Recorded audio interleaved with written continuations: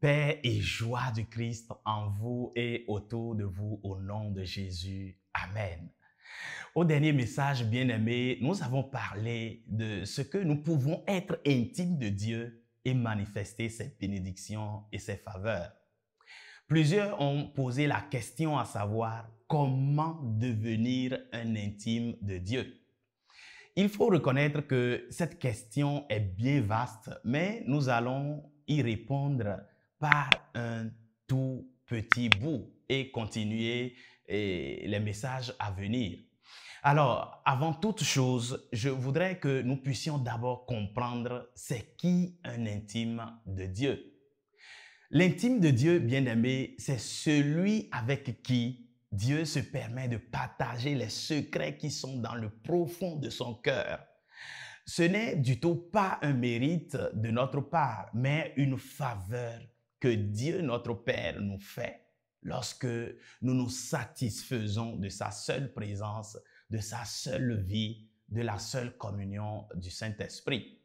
Nous naissons enfants de Dieu, mais nous devenons intimes de Dieu par sa grâce.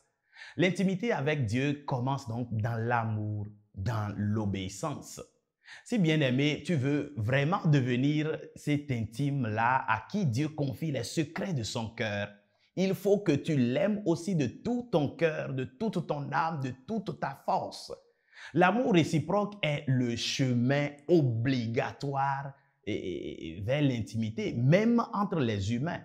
Et Dieu, lui, nous aime déjà, quelles que soient les conditions, les circonstances dans lesquelles nous nous trouvons maintenant. Mais est-ce que nous l'aimons en retour? C'est cela la vraie question.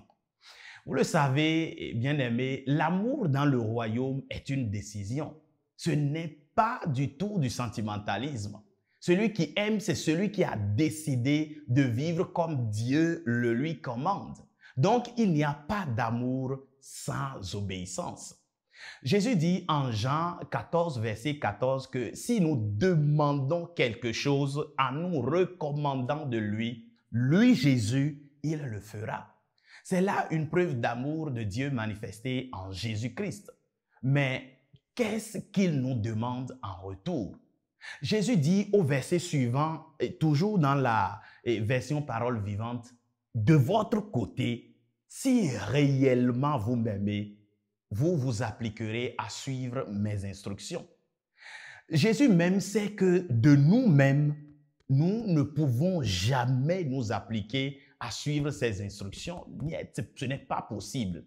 C'est pourquoi il dit au verset 16, « Et moi, je demanderai au Père de vous donner quelqu'un d'autre. » Et ce quelqu'un d'autre, c'est bien évidemment le Saint-Esprit, celui qui connaît les pensées profondes, les pensées intimes de notre Père.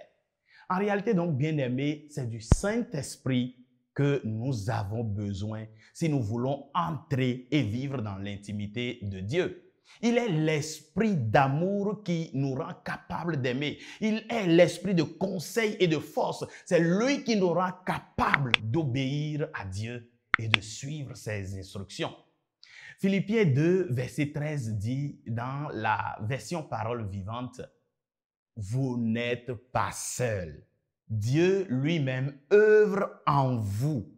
Sa bienveillance suscite en vous à la fois la volonté et l'action, afin que ces desseins pleins d'amour se réalisent. » Prions, bien-aimés.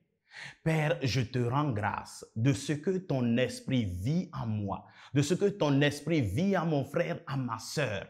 Merci, Père, parce que par cet esprit, tu nous rends capables d'aimer nos frères et sœurs et de t'aimer toi, le Dieu invisible. Seigneur Saint-Esprit, prends-nous par la main et conduis-nous dans les choses cachées de Dieu. Conduis-nous dans les pensées profondes, les pensées intimes de notre Père Céleste. Au nom de Jésus, nous avons prié et nous sommes exaucés. Amen. Et surtout, bien-aimé, ne l'oublie pas, Jésus-Christ est Seigneur. À la gloire de Dieu le Père. Amen.